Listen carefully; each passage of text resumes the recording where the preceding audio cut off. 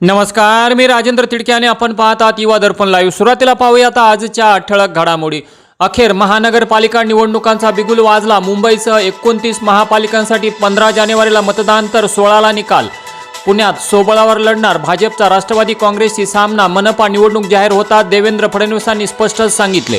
नगर परिषद निवडणुकातील गोंधळावर निवडणूक आयोगाचे स्पष्टीकरण, म्हणाले आम्ही कायद्यानुसारच वागलो। आणि सांगली मनपा निवडणूक महाविकास आघाडीतच लढणार, जयंत पाटील यांची मोठी घोषणा। आणि आता बातमीपत्र बीड जिल्ह्याचं आणि राज्यातील इतर घडामोडींचं सविस्तर। धाराशिव जिल्ह्यात अतिवृष्टी व पूर परिस्थितीमुळे नुकसानग्रस्त शेतकऱ्यांना दिलासा देण्यासाठी तब्बल 101 गायींचे शेतकऱ्यांमध्ये वाटप करण्यात आले।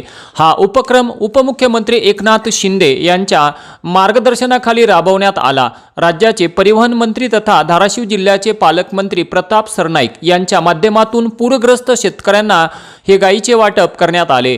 शेतकऱ्यांच्या आर्थिक पुनर्बांधणीसाठी हा उपक्रम महत्त्वाचा ठरणार असून या उपक्रमासाठी युवा सेना कार्याध्यक्ष पूर्वेश सरनाईक यांचेही मार्गदर्शन लाभले। या प्रसंगी युवा सेना मराठवाडा निरीक्षक श्री बाजीराव चव्हाण यांनी मंत्री प्रताप सरनाईक तसेच पूर्वेश सरनाईक यांचे आभार मानत भविष्यात आपल्यावर सोपविण्यात येणारी कोणतीही जबाबदारी अत्यंत प्रामाणिकपणे व निष्ठेने पार पाडण्याची ग्वाही दिली। या गोधन वाटपामुळे पूरग्रस्त शेतकऱ्यांना आर्थिक हातभार लागून त्यांचे जीवनमान उंचावण्यास मदत होईल असा विश्वास व्यक्त करण्यात आला। बीड जिल्हा परिषदेच्या 61 प्रभागांसाठी अनुसूचित जाती आणि अनुसूचित जमाती आरक्षणाची सोडत योग्य निकषानुसार न झाल्याचा गंभीर आरोप करत नितीन उत्तमराव सोनवणे यांनी राज्य निवडणूक आयोगाकडे या प्रकरणी तक्रार केली आहे।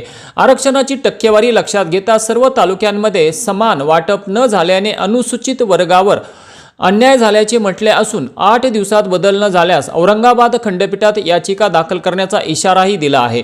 त्यांनी राज्य निवडणूक आयोग मुंबई यांना पाठवलेल्या निवेदनात म्हटले आहे की 2025च्या जिल्हा परिषद निवडणुकांसाठी निश्चित करण्यात आलेल्या 61 गण प्रभागांसाठी SC/ST आरक्षण 2011च्या जनगणनेनुसार टाकण्यात आले आहे। मात्र 2011 नंतर या वर्गाची लोकसंख्या 3 पटीने वाढली असून याची माहिती जिल्हाधिकारी आणि मुख्य कार्यकारी अधिकाऱ्यांना आहे। तरीही आरक्षण सर्व तालुक्यांमध्ये वाटप न करता फक्त काही तालुक्यांपुरतेच मर्यादित ठेवण्यात आले असल्याचा आरोप त्यांनी केला आहे। राज्यात लग्नाळू मुलांच्या मानसिकतेचा गैरफायदा उचलत त्यांच्याकडून लाखो रुपये उकळून बोगस लग्ने लावून देणाऱ्या टोळ्या सक्रिय झाल्या असून बीड जिल्ह्यात देखील अनेक लग्नाळू तरुणांची फसवणूक झाल्याची समोर येत आहे।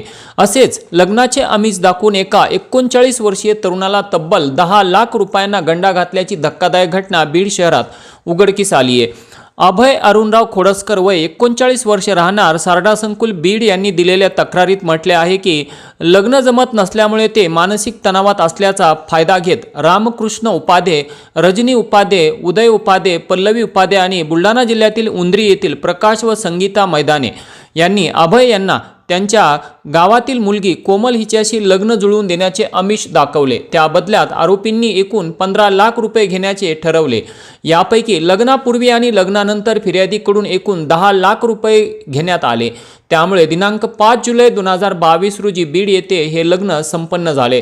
मात्र लग्नानंतर मुलगी कोमल ही सासरी राहण्यास तयार नव्हती। अवघ्या 3 महिन्यातच कोमल घरात कोणालाही काहीही न सांगता निघून गेली आणि जाताना तिने घरातील सोन्याच्या दागिन्यांची चोरी केल्याचा आरोप फिर्यादीने केला आहे।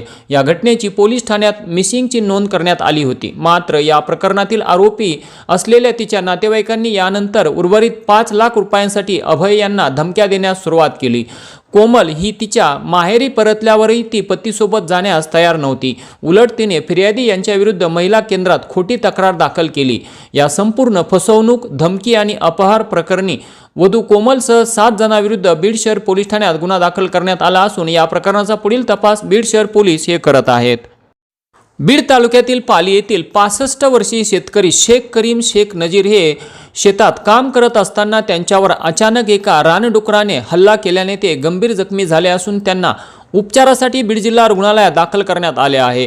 शेख करीम शेख नजीर हे काल नेहमीप्रमाणे बीड तालुक्यातील पाली शिवारातील त्यांच्या शेतात काम करत असताना अचानक या रानडुकराने त्यांच्यावर हल्ला चढवला। हा हल्ला एवढा भीषण होता की यात शेख नजीर यांना गंभीर दुखापत झाली असून त्यांच्या किंकाळ्या ऐकून परिसरातील नागरिकांनी मदतीसाठी धाव घेतली असता त्यांना रानडुकराच्या तावडीतून सोडवण्यात यश आले, परंतु जास्त प्रमाणात रक्तस्राव झाल्यामुळे त्यांना तात्काळ उपचारासाठी बीड जिल्हा रुग्णालयात दाखल करण्यात आले आहे। त्यांच्यावर सध्या उपचार सुरू असून त्यांची प्रकृती स्थिर असल्याचे सांगण्यात येत आहे। महाराष्ट्र पॉवर लिफ्टिंग असोसिएशन मुंबईशी संलग्न असलेल्या ॲम्युचर पॉवर लिफ्टिंग असोसिएशन पुणे आयोजित पुणे जिल्हा पॉवर लिफ्टिंग चॅम्पियनशिप 74 किलो वजनी गटात बीडचा भूमिपुत्र संग्राम विलास विधाते याने squat 175 kilogram, bench press 120 kilogram, deadlines 220 kilogram, एकूण 515 किलोग्रॅम अशी कामगिरी करत प्रथम स्थानी राहून गोल्ड मेडल जिंकून बीडकरांची मान उंचावली आहे। पुणे मुंबई सारख्या मेट्रो सिटीत ही कामगिरी करून बीड जिल्ह्यातील एका तरुणाने क्षेत्र कोणतेही असो बीडकर कोणत्याच क्षेत्रात कमी नाहीत हे दाखवून दिले असून त्यामुळे विविध क्षेत्रात धडपडणाऱ्या विद्यार्थी युवक युवतींना महत्त्वाचा संदेश दिला आहे। संग्राम विधाते यांच्या या यशाबद्दल राजकीय, सामाजिक, शैक्षणिक, प्रशासकीय क्षेत्रातील मान्यवर, त्यांचे आईवडील व मित्र यांच्याकडून त्यांच्यावर अभिनंदनाचा वर्षाव होत आहे। रविवार दिनांक 14 डिसेंबर 2025 रोजी छत्रपती शिवाजी महाराज जिल्हा क्रीडा संकुल बीड येथे तायकांदो असोसिएशन ऑफ बीडच्या वतीने 12 वर्षे, 14 वर्षे व कनिष्ठ गटातील खेळाडूंसाठी तायकांदो स्पर्धा 2025चे आयोजन करण्यात आले होते। या स्पर्धेचे डॉक्टर योगेश भैया क्षीरसागर यांनी उद्घाटन केले व खेळाडूंना पुढील वाटचालीसाठी शुभेच्छा दिल्या। या स्पर्धेत कुमारी सिद्धी चंद्रहास घुगे आणि कल्याणी चंद्रहास घुगे यांनी चमकदार कामगिरी करत दोघींनीही सुवर्ण पदक मिळवले। यावेळी क्रीडा अधिकारी Revannath Shelar, taekwondo association of Maharashtra Mumbai संघटनेचे अध्यक्ष डॉक्टर अविनाश बारगजे, जया बारगजे, बंशी राऊत, राष्ट्रीय पंच शेख अनीस, ऋत्विक तांदळे, बाळासाहेब आंधळे, देवेंद्र जोशी, सुदर्शन गायकवाड, प्रणव शिरसाट यांच्यासह प्रशिक्षक, पालक आणि खेळाडू मोठ्या संख्येने उपस्थित होते। तर यावेळी खेळाडूंनी चित्तथरारक अशी प्रात्यक्षिके सादर करून उपस्थितांची मने जिंकली। गेवराई येथील शहीद कॅप्टन कृष्णकांत कुलकर्णी यांची पुतणी आणि मंजुषा व गणेश चंद्रकांतराव कुलकर्णी यांची सुकन्या कृष्णाली हिचा विवाह दिनांक 30 नोव्हेंबर 2025 रोजी गेवराई येथे श्री क्षेत्र पंढरपूर येथील श्रीमती अलका कुमार बडवे यांचे चिरंजीव शारंग यांच्या समवेत थाटामाटात पार पडला।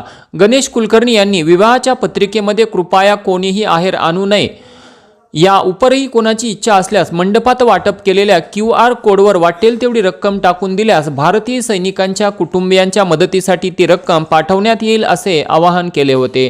त्याला अनुसरून जवळपास 1,35,000 रुपयांची रक्कम जमा झाली। तर वधू पिता गणेश कुलकर्णी यांच्या वतीने त्यात आणखी 65,000 रुपयांची भर टाकून 2 लाख रुपयाचा धनादेश सैनिकांच्या कुटुंबियांसाठी संबंधित यंत्रणेकडे सोपवण्यात येणार आहे। दरम्यान वधू आणि वरांचे विवाह मंचावर आगमन होताच मंगलाष्टकांपूर्वी वधू आणि वरांच्या शुभहस्ते भारतीय तिरंग्याचे ध्वजारोहण करून राष्ट्रगीतही घेण्यात आले व नंतरच विवाह सोहळा संपन्न झाला। तर या विवाह सोहळ्यातील आगळ्या उपक्रमाबद्दल कुलकर्णी परिवाराचे सर्वत्र कौतुक होत आहे। आणि याचबरोबर आजचं बातमीपत्र संपलं। उद्या पुन्हा भेटू काही नव्या आणि ताज्या घडामोडींसह। तोपर्यंत पाहत राहा युवा दर्पण लाईव्ह चॅनल, लाईक करा, सबस्क्राईब करा आणि खाली दिलेल्या बेल आयकॉनला प्रेस करा। तोपर्यंत नमस्कार।